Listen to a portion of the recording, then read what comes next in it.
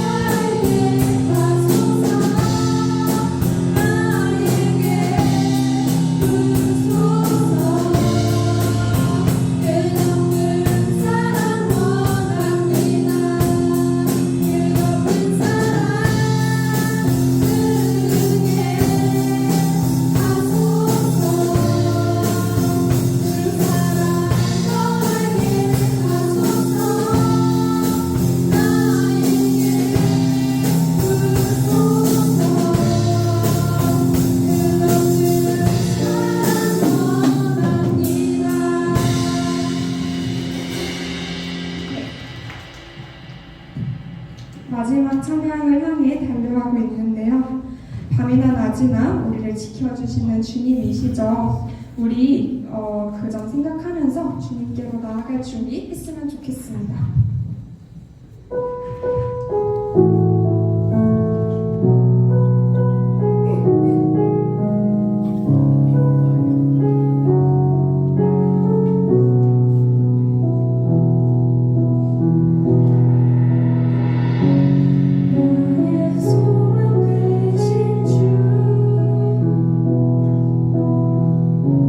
주를 바라봅니다.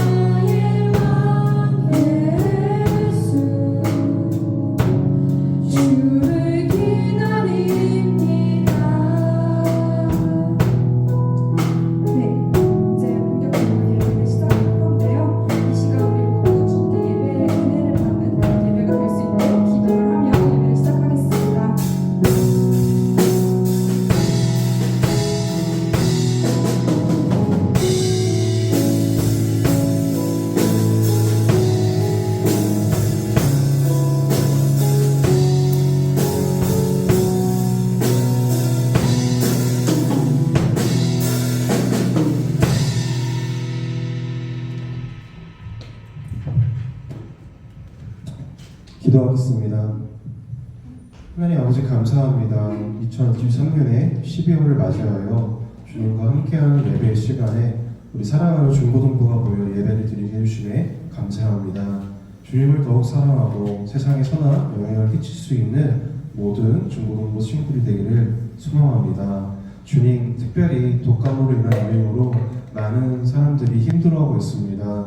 특별히 우리 중고등부 친구들과 선생님들에게 주님께서 건강을 챙겨주사 영육간의 건강을 챙겨주시고 신경써 주시옵소서 기도합니다. 우리 사랑하는 공동체를 위해 기도합니다.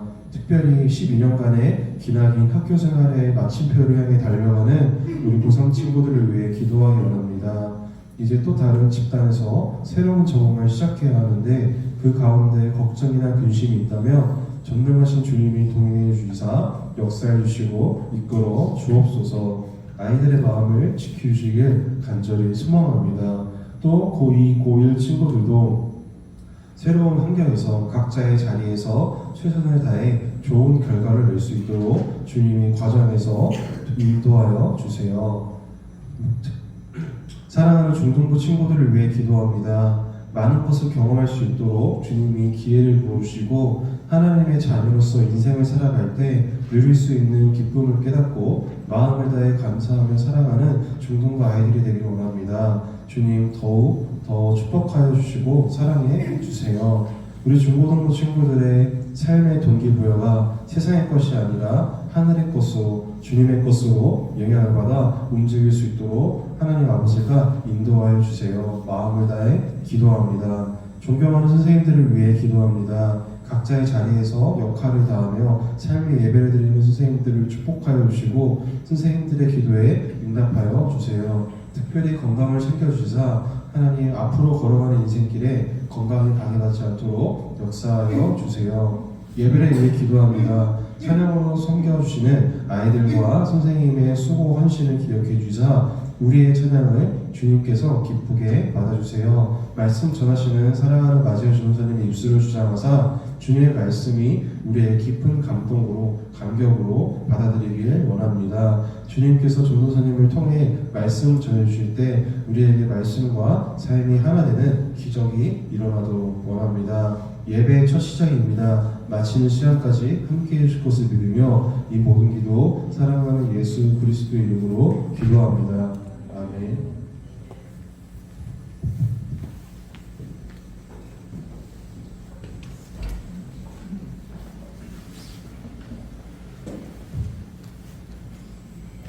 자, 안녕하세요. 사랑하는 마주열 전도사님. 사랑하는 마주열 전도사님이 나왔습니다. 고맙습니다. 네. 제가 해야 되는데. 감사합니다. 더 잘 들리나요, 혹시? 그래요? 네, 알겠습니다. 봅시다. 말씀을 봅시다. 오늘 말씀은 레위기 26장 1절에서 4절 그대로 지키면이라는 말씀이에요. 오늘 그래요. 한번 봅시다.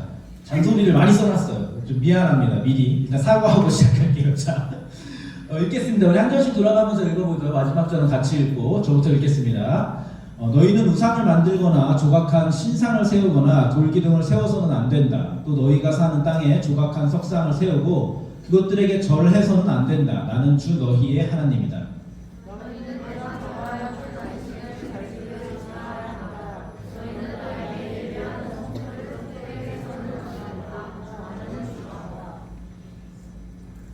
너희가 내가 세운 규례를 따르고 내가 명한 계명을 그대로 받들어 지키면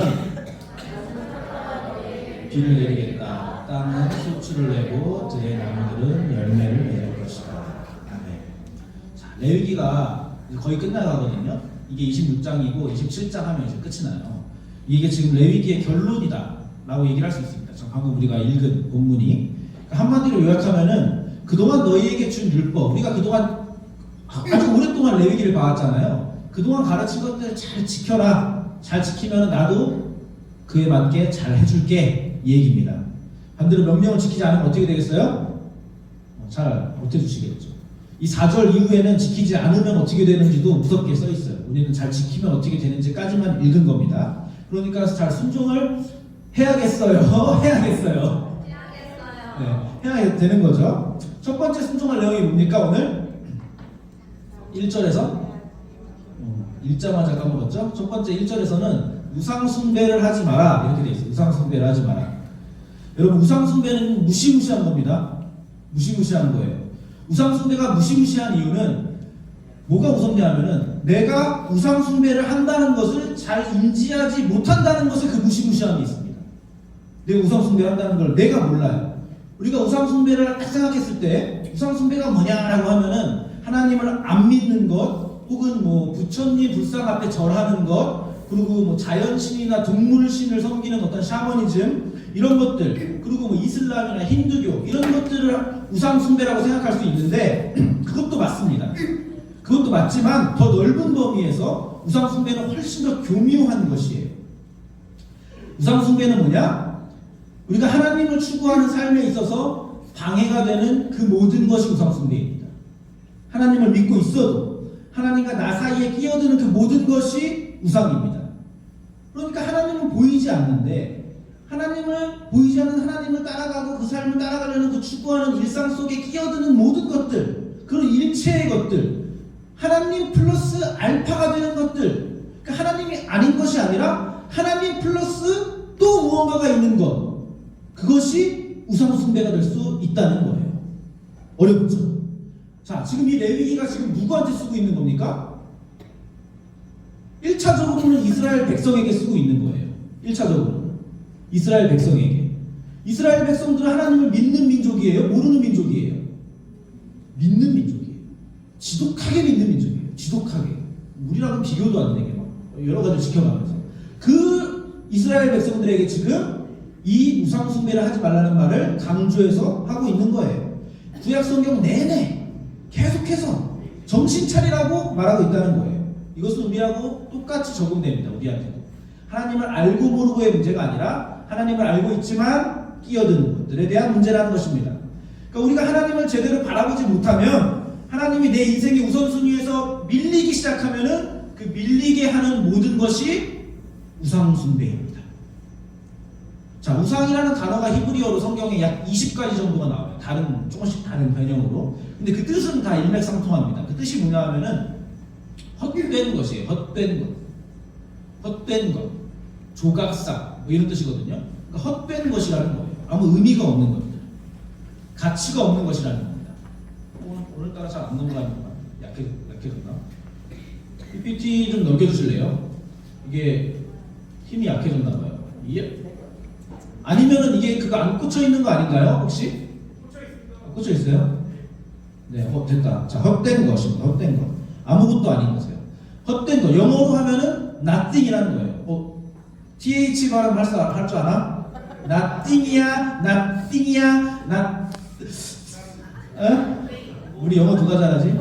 민재가 좀 잘하지 않나요? 자, 아무것도 아닌 nothing에 휘둘리면 되겠습니까? 여러분, 이 시대의 가장 대표적인 우상이 뭐예요? 지금 이 시대에? 아니지. 무슨 호날두야. 이 시대의 가장 대표적인 우상이 뭐예요? 머니지, 머니. 돈이에요, 돈. 돈입니다. 가장 흔하면서 가장 떨쳐버리기 힘든 것이 우상, 돈이죠. 돈 때문에 하나님과 멀어지는 것, 돈을 하나님보다 더 추구하면 당연히 우상입니다. 그런데 우리 오늘 조금 더 깊이 들어가 봅시다. 돈을 추구하는 것 당연히 우상이에요. 근데 조금 더 깊이 들어가면은 보세요. 돈으로 인해 하나님을 예배하고 하나님을 섬기는 것이 어렵다고 느껴지면은 그것은 하나님이 아니라 돈에 휘둘리는 것입니다. 맞죠? 그것은 우상입니다. 부자가 돈이 많아서 혹은 돈을 더 많이 벌기 위해서 돈으로 삶의 원리를 가져가고 그 가치관을 세우고 살아가는 것은 우상이 맞습니다. 반대로 하지만 보세요. 반대로 가난한데 내가 돈이 없어서 내가 모질라서 내가 사는 게 너무 고단해서 그것으로 인해서 하나님과 멀어지고 그것으로 인해서 하나님을 섬기기 어렵다고 느껴지면은 가난 또한 우상이 될 수 있다는 겁니다. 이해되세요? 돈의 문제가 아니라 가난도 내가 하나님과 멀어지는 것에 영향을 미치고 내가 하나님을 추구하는 것에 그것이 방해가 된다면 그것 또한 우상이에요. 우상의 개념을 그렇게 잡으라는 겁니다. 그래서 사도 바울이 얘기합니다. 아이고 이걸 봐서 돈 사도 바울이 얘기합니다. 제가 읽어볼게요. 내가 궁핍해서 이렇게 말하는 것이 아닙니다. 나는 어떤 처지에서도 스스로 만족하는 법을 배웠습니다. 나는 비천하게 살 줄도 알고 풍족하게 살 줄도 압니다. 배부르거나 굶주리거나 풍족하거나 궁핍하거나 그 어떤 경우에도 적응할 수 있는 비결을 배웠습니다. 나에게 능력 주시는 분 안에서 나는 모든 것을 할 수 있습니다. 마지막 구절은 들어본 것 같죠? 내게 능력 주시는 자 안에서 내가 모든 것을 할 수 있느니라. 굉장히 유명한 구절입니다. 그 어디 사업장이나 가게나 이렇게 막 가훈 같은 거에 많이 걸어놓는 그런 구절이에요. 그런데 보세요. 이 앞을 보세요. 지금 모든 것을 할 수 있다고 할 때 그 모든 것이 지금 뭡니까? 여기서 말하는 모든 것은 내가 공중부양을 할 수 있다거나 무슨 뭐 갑자기 힘이 세진다거나 사업을 일으킬 수 있다거나 시험을 100점 맞을 수 있다거나 하버드에 갈 수 있는 그런 능력이 아니라 여기서 말하는 모든 것은 여기 있는 거지. 배부르거나 굶주리거나 풍족하거나 궁핍하거나 그 어떤 경우에도 적응할 수 있는 일체의 비결. 풍족하게 살 줄도 알고 풍족하지 않게 모질하게 살 줄도 아는 그 능력이 모든 것인 거예요. 여기서. 응? 성경을 바르게 읽어야 돼요. 보세요. 왜 그렇습니까?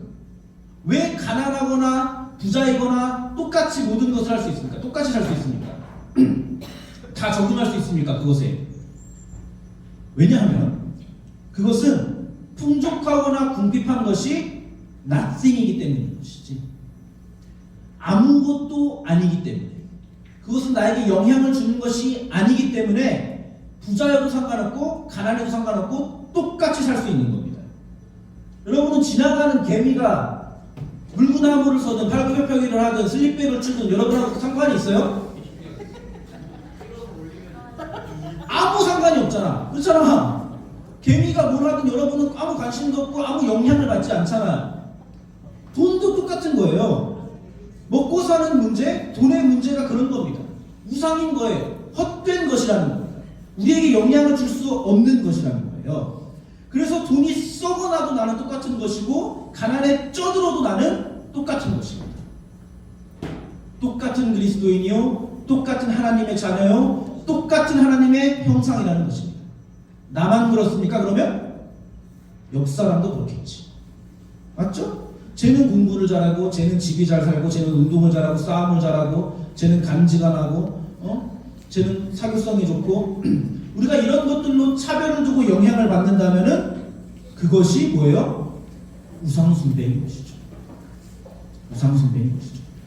그러니까 우상숭배를 하는 게 쉬워요? 어려워요? 어려워요. 생각보다 어렵습니다. 이론으로는 아는데 생각보다 어려워요. 그래서 성경에서 두고두고 계속 잔소리하는 거예요. 두고두고 우상숭배에 대해서. 자, 여러분 보세요. 여러분은 학생입니다. 학생으로서 공부 열심히 하시고 성실하게 사세요. 공부를 열심히 하는 이유가 무엇입니까? 그 이유가 우상숭배가 되지 않도록 하시기 바랍니다. 우상숭배와 관련된 것으로 내가 공부를 열심히 하는 것인지 한번 점검해 보세요.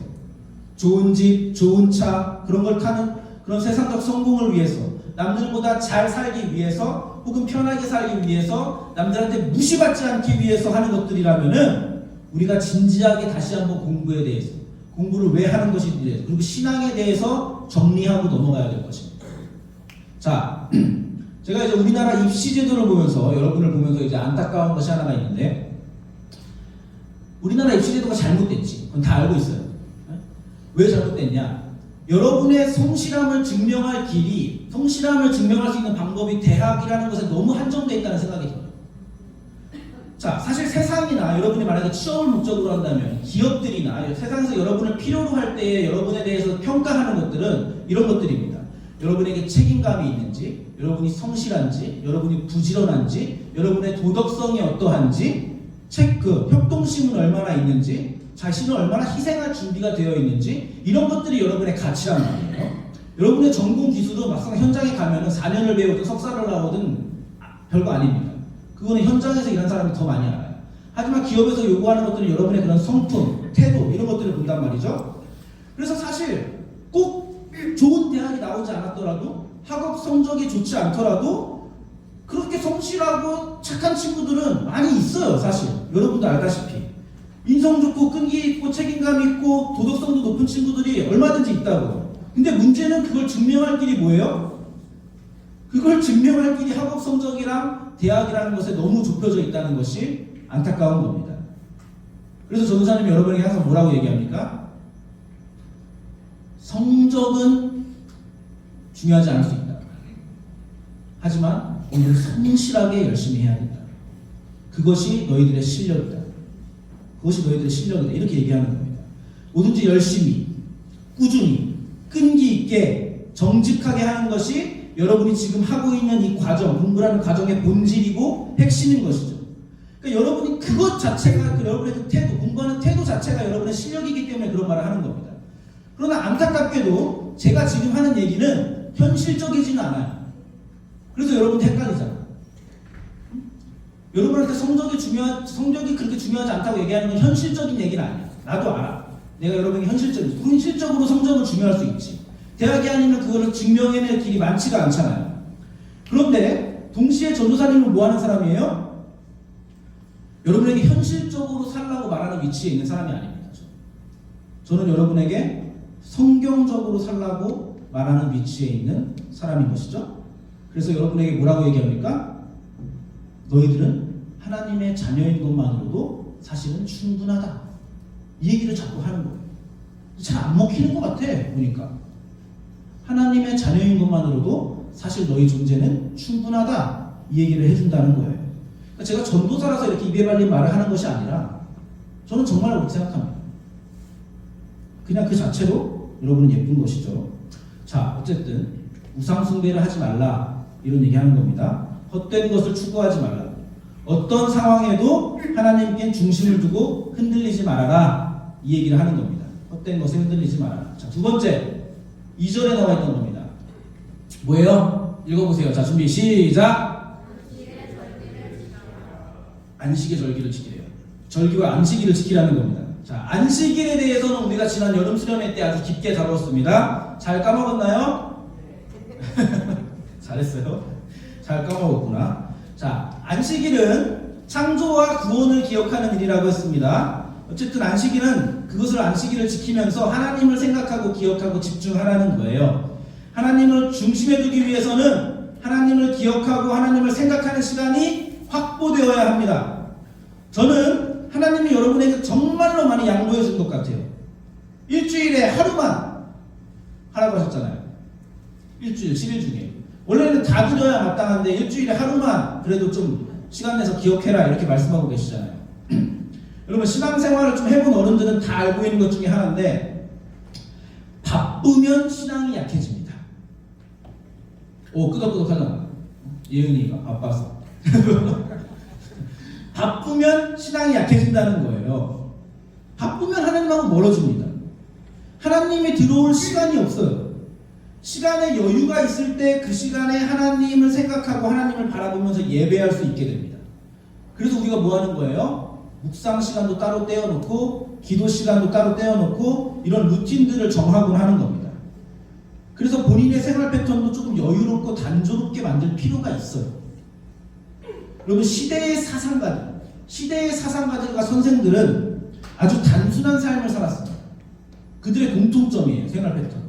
심지어 이것은 그런 시대의 사상가들 말고 시대의 기업인들도 마찬가지예요. 사상을 가진 기업인들 보세요. 스티브 잡스가 왜 맨날 똑같은 검은색 목폴라 입습니까? 예, 두꺼버거. 얘는 왜 맨날 흰색 저 겨담 나면 어떡하려고 왜 맨날 회색 티 입습니까? 똑같은 거? 생각이 없어서? 맞아. 생각을 하지 않으려고 그러는 거야. 저딴 것에. 저런 비본질, 중요하지 않은 것에 내가 시간을 쓰고 오늘 뭐 입을까, 오늘 어떤 패션 이런 것에 시간을 쓰지 않겠다는 거예요. 내 일에만 집중하겠다는 거야. 그래서 쟤네는 맨날 똑같은 옷만 입습니다. 시대의 기업인들 단조로운 삶을 산다는 거지. 그런 겁니다. 집중할 것에 집중할 수 있도록 최대한 생활을 단순화시키는 겁니다. 옷 입는 것조차도. 하나님도 마찬가지라는 것이죠. 정신없이 살면은 하나님을 잃어버리기 십상입니다. 여러분 정신없이 살고 있나요? 그럼 정신없이 살지 않을 수 있겠나요? 있어요? 쉽지는 않을 걸 아마. 쉽진 않겠지. 저도 마찬가지예요. 우리 현대사회에서는 내가 정신없이 살기 싫어도 정신없게 몰아붙이잖아요, 우리를. 그렇죠? 내가 바쁜 줄도 모르고, 도시생활이라는 게 특히 더 그렇잖아요. 내가 바쁜 줄도 모르고 바쁘게 살고 있어, 막. 그렇게 되는 겁니다. 그러나 우리는 하나님이 명령하시는 거예요. 특별히 언제? 일주일에? 주일만은 구별해서 하나님을 집중적으로 생각하고 교회에서 시간을 보내고 안식일을 지키고 하나님께 온전히 시간을 사용할 수 있도록 우리 삶을 조정할 때에 우리가 하나님에 대한 초점이 회복될 것입니다. 시간을 구별하는 것은 아주 중요한 신앙생활이에요. 아주 중요한 겁니다. 시간을 구별해서 안식일답게 보내야 되는 것이에요. 자, 오늘 좀 졸리가 본데 전도사님이 연말이고 지금 새해가 다가오고 여러분도 지금 한 해를 정리하고 있을 테니까 내년을 위해서 부탁 하나 하겠습니다. 제가 생각할 때는 이것이 굉장히 최소한의 부탁인 것 같은데 여러분이 동의가 될지는 제가 잘 모르겠어요. 조심스럽습니다. 상당히. 우리 내년부터는 주일 예배 빼먹지 맙시다. 주일 예배 빼먹지 맙시다. 무슨 일이 있어도 빼먹지 맙시다. 특히 시험 기간에 빼먹지 맙시다. 할 수 있겠습니까? 네. 여러분 시험 기간에 공부해야 돼가지고 하나님 앞에 나오지 않는다는 것은 사실은 하나님보다 시험 점수가 더 중요하다는 어떤 신앙 고백 아닙니까? 여러분 삶 속에서? 그걸 온몸으로 표현하고 있는 거 아니에요? 말은 안 하지만 하나님을 믿지만 하나님을 사랑하지만 사실은 세상에서 살아남는 것, 사실은 도태되지 않는 것이 더 중요하다고 지금 말하고 있는 것 아닙니까? 정말 살아남는 게 중요하다면 그것이 중요한 거 맞아요. 중요하지 않다는 게 아니에요. 중요하다면 하나님을 앞에 두는 것이 아니라 하나님을 앞에 두고 나머지 시간을 쪼개서 그것을 해내야지. 학교에서는 새벽까지 유튜브 보고 드라마 보고 가가지고 학교에서는 엎드려 자고 학원에서 엎드려 자고 하면서 주일날 학원 가가지고 그 시간을 채운다? 다시 생각해야죠. 여러분도 알고 있는 내용입니다. 욕심을 부리자면은 주일을 비워뒀으면 좋겠어요. 예배 끝나고도 학원 안 갔으면 좋겠어. 학원 안 갔으면 좋겠어. 주일 오후에 내년부터 프로그램이 좀 생길 텐데 참여도 좀 하고 주일날은 교회에서 시간을 좀 보냈으면 좋겠습니다. 그것이 오늘 안식일에 대한 명령입니다. 하루를 드려라. 하루를 하나님께 드려라는 거예요. 여러분 예배를 때우듯이 드리지 말고 11시 와가지고 12시 땡 하고서는 할 일 하러 가지 말고 주일을 주일답게 보내라는 것입니다. 이 명령을 지키라고 명령하는 것이죠. 그것이 두 번째 명령이었습니다. 세 번째 읽어보겠습니다. 자, 시작! 성소를 속되게 하지 말라. 성소는 예배하는 곳입니다. 예배하는 장소. 우리가 삶의 예배라고 많이들 얘기하는데 물론 예배하는 장소가 특별히 따로 있는 것은 아니에요. 내가 서 있는 곳 어디서나 하나님을 예배합니다. 맞는 얘기예요. 이론적으로 어디서나 예배자가 돼야겠죠. 예배는 아무 데서나 드릴 수 있습니다. 순간순간마다 이론적으로. 그러나 오늘 이 자리처럼 예배하는 장소는 실제로 필요합니다. 실제로 공간과 장소와 시간을 확보하지 않으면은 예배의 거룩한 습관이 형성되지가 않겠죠. 그래서 거룩한 습관이 형성되지 않으면 하나님과 나 사이가 결국은 무너질 수 있겠죠. 하나님과 나 사이의 관계가 무너지면은 끝장이겠죠. 그렇습니다. 성소를 속되게 하지 말라. 예배의 자리를 거룩하게 지켜라는 겁니다. 오늘 이 자리. 자, 이렇게 세 가지 순종해야 될 계명에 대해서 오늘 말씀하고 계십니다. 자, 이렇게 순종하면은 하나님이 어떻게 해주신다고 하는 거예요, 지금? 오늘 읽은 3, 4절이 그거예요. 같이 읽어보겠습니다. 자, 시작! 내가 세운 규례를 따르고 내가 명한 계명을 그대로 받들어 지키면 나는 철 따라 너희에게 비를 내리겠다. 땅은 소출을 내고 들의 나무들은 열매를 맺을 것이다. 철 따라 비를 내리고 그러면 땅은 소출을 내고 나무들은 열매를 맺을 거라고 하십니다. 자, 이것이 뭐 특별한 일입니까? 당연히 땅은 소출을 내겠지. 당연히 비는 내리겠지. 당연히 열매를 맺겠지. 무슨 말이에요? 다 자연스러운 것들이라는 거예요. 당연히 처리되면 그런 겁니다. 그러니까 이건 무슨 말이냐면은 할 일을 하면은 어련히 하나님이 알아서 하시지 않겠느냐 이 얘기를 하는 거지. 어련히 알아서 하시지 않겠느냐? 너희가 아등바등 걱정하면서 하나님을 못 믿어가지고 어떻게든 살아남으려고 우상도 숭배해보고 이것저것 매달려보고 또 성공하면 살아남는 것으로 착각해가지고 니들이 열심히 인생을 계획하고 막 살아가는데 계획대로 되느냐? 너희들이 하나님이 세운 규례만 따르면은 그렇게 영원한 것만을 바라보면은 하나님이 어련히 철 따라 너희를 키우시지 않겠냐고요. 다 될 텐데 왜 그렇게 불안해하는 겁니까? 하나님의 자녀들이. 하나님의 자녀들이 뭐가 그렇게 무섭습니까? 마태복음 6장에 가면은 하나님이 이런 식의 말씀을 하십니다. 자, 무엇을 마실까, 무엇을 입을까 걱정하지 말아라. 목숨이 음식보다 소중하지 아니하냐? 몸이 옷보다 소중하지 아니하냐? 공중나는 새를 봐라. 쟤는 뭐 씨도 안 뿌리고 뭐도 안 하는데 하나님이 다 먹이신다. 들의 백합화를 봐라. 쟤는 뭐 아무것도 안 하는데 하나님이 입히고 다 하신다. 너희는 하물며 사람인데 하나님이 어떻게 하시겠냐? 이런 얘기를 한다는 것이죠. 들풀도 먹이시는데 너희는 마땅히 어련히 하시지 않겠느냐? 이 믿음이 적은 사람들아 하고 얘기하신단 말이에요. 그러면은 무엇을 먹을까, 무엇을 마실까, 무엇을 입을까 하는 것은 모두 이방 사람들이 구하는 것이다. 이렇게 얘기한단 말입니다. 그러고 나서 하시는 말씀이 먼저 그의 나라와 그의 의를 구하여라. 하나님의 일을 먼저 구하여라. 그러고 살아라. 그러면은 너희에게 모든 것을 마땅히 더하여 주실 것이다. 이렇게 말씀하십니다. 그러고서 마지막으로 내일 일을 걱정하지 말아라. 내일 일은 내일이 알아서 할 것이다. 유찬이가 잘하는 말이잖아. 내일의 걱정은 내일에 제가 하겠죠. 이런단 말이죠. 자기 할 일은 안 하면서. 자, 그런단 말이죠. 자, 아멘입니다. 자, 하나님의 자녀이신 다윗 공동체 여러분, 걱정하지 마시기 바랍니다.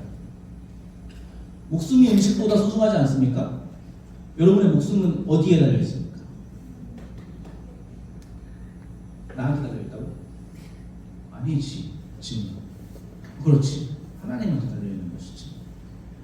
음식입니까? 여호와 하나님입니까? 사람이 빵으로만 살 것이 아니에요. 하나님의 말씀으로 살 것이다. 음식입니까? 하나님입니까? 걱정해서 걱정이 없어진다면 걱정할 일이 없겠네요. 다 아는 속담이죠? 자, 들풀도 입히시는 하나님이 하물며 자식들을 입히지 않겠냐고요? 이 믿음이 적은 사람들아. 자, 뭐 입을지, 뭐 먹을지, 어떻게 살지 이런 걱정들은 누가 하는 거라고요? 이방 사람들이. 이방 사람들은 누굴 얘기하는 거예요? 우리로 따지면은 예수님이 뭔지 모르는 사람들. 우리 예수 믿는 사람들은 이방 사람이 아닌 것이죠. 이방 사람들이 구하는 거랍니다. 먼저 하나님의 나라와 의를 구하면은 나머지는 알아서 해주신다. 그렇게 하나님이 말씀하시고 오늘 예수님이 말씀하신 것 같아요. 이 믿음이 여러분 안에 굳건히 세워지기를 정말 간절히 기도합니다. 이걸 진짜 믿을 수 있어요. 사실이거든. 해보세요. 경험이 될 겁니다. 자신을 한번 살펴보세요. 여러분 안에 하나님의 나라와 의보다 앞서는 것은 무엇입니까 지금? 그 우상이 무엇입니까 지금 여러분 안에?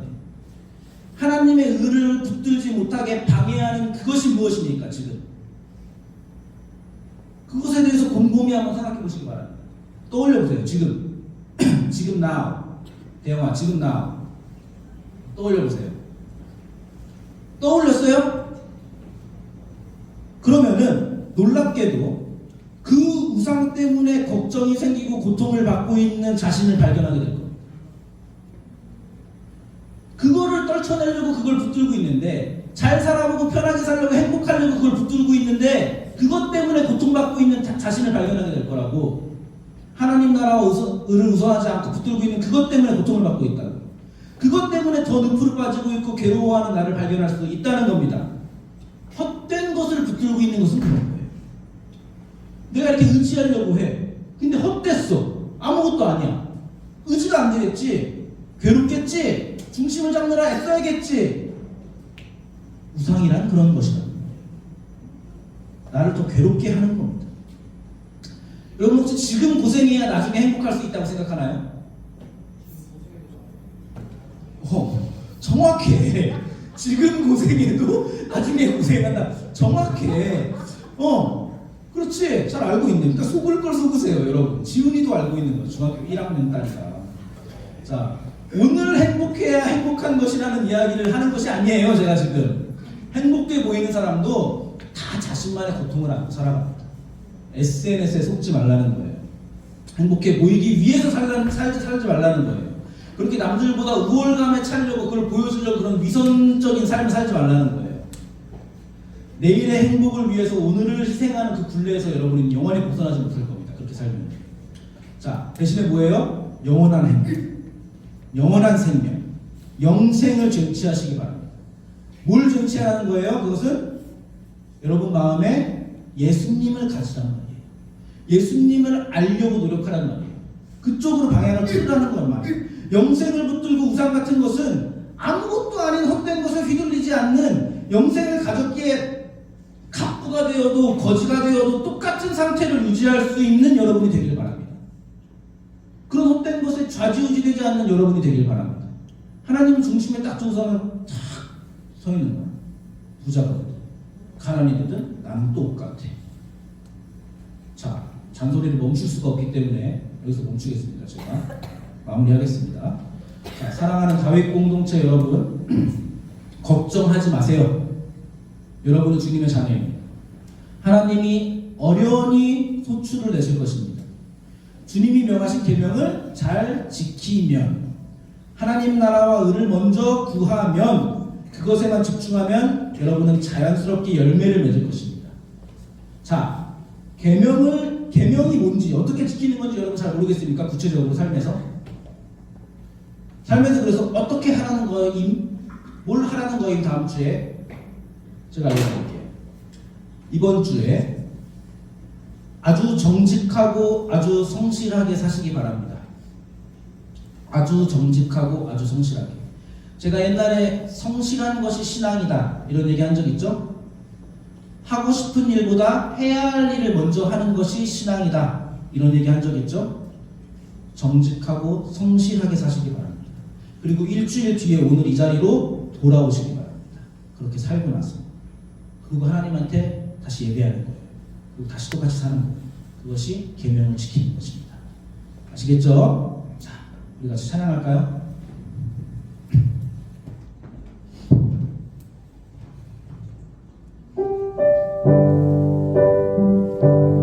가사를 생각하면서 내가 주인 삼고 있는 모든 것 내려놓겠다고 찬양하겠습니다.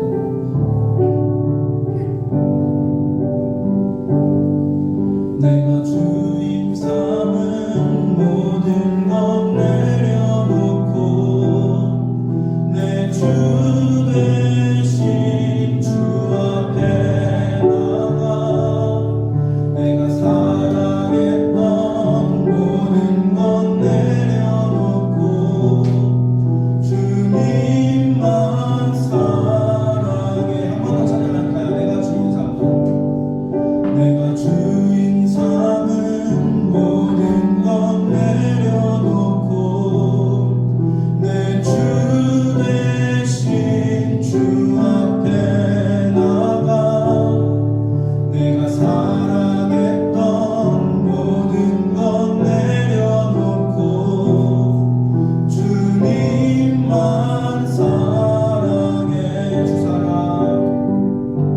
주 사랑 거친 풍랑에도 깊은 바다처럼 나를 잠잠케 해. 주 사랑 내 영혼의 반석 그 사랑 위에 서리. 자, 기도하겠습니다. 하나님 감사합니다. 하나님 우리의 주인 되어 주셔서 감사합니다. 우리가 하나님의 자녀입니다. 우리의 아버지 되어 주셔서 하나님 감사합니다. 하나님 이 사실을 붙들고 우리가 가지고 있는 우상이 있다면 그것들을 발견하게 해 주시고 또 그것을 내려놓을 수 있고 하나님 앞으로 다시 돌아설 수 있는 그런 용기와 힘도 주옵소서. 하나님, 우리는 너무나 연약하여서 자꾸만 넘어지고 알면서도 아는 대로 행하지 못합니다. 하나님, 그래서 우리가 하나님을 의지합니다. 그래서 우리가 하나님이 우리 삶에 필요하다고 고백합니다. 하나님, 우리를 붙들어 주시고 우리를 만져 주시고 우리의 신앙을 회복시켜 주옵소서. 하나님, 그렇게 살겠습니다. 그렇게 살 때에 하나님이 우리에게 어련히 하시겠다고, 너희를 책임지시겠다고 하나님 오늘 말씀을 통해서 확인했습니다. 우리가 하나님의 약속하신 그 말씀, 하나님의 신실하심에 근거하여서 그 약속 붙들고 믿고 의심하지 않겠습니다. 하나님, 그렇게 살겠다고 오늘도 작은 예물로, 이렇게 봉헌으로 하나님께 신앙을 고백합니다. 이 예물 받아주옵소서. 예수님의 이름으로 기도드립니다. 우리 주기도문으로 예배를 마치겠습니다. 자, 시작. 하늘에 계신 우리 아버지, 아버지의 이름을 거룩하게 하시며 아버지의 나라가 오게 하시며 아버지의 뜻이 하늘에서와 같이 땅에서도 이루어지게 하소서. 오늘 우리에게 일용할 양식을 주시고 우리가 우리에게 잘못한 사람을 용서하여 준 것 같이 우리의 죄를 용서하여 주시고 우리를 않게 하시고 악에서 구하소서. 나라와 권능과 영광이 영원히 아버지의 것입니다. 자, 짧게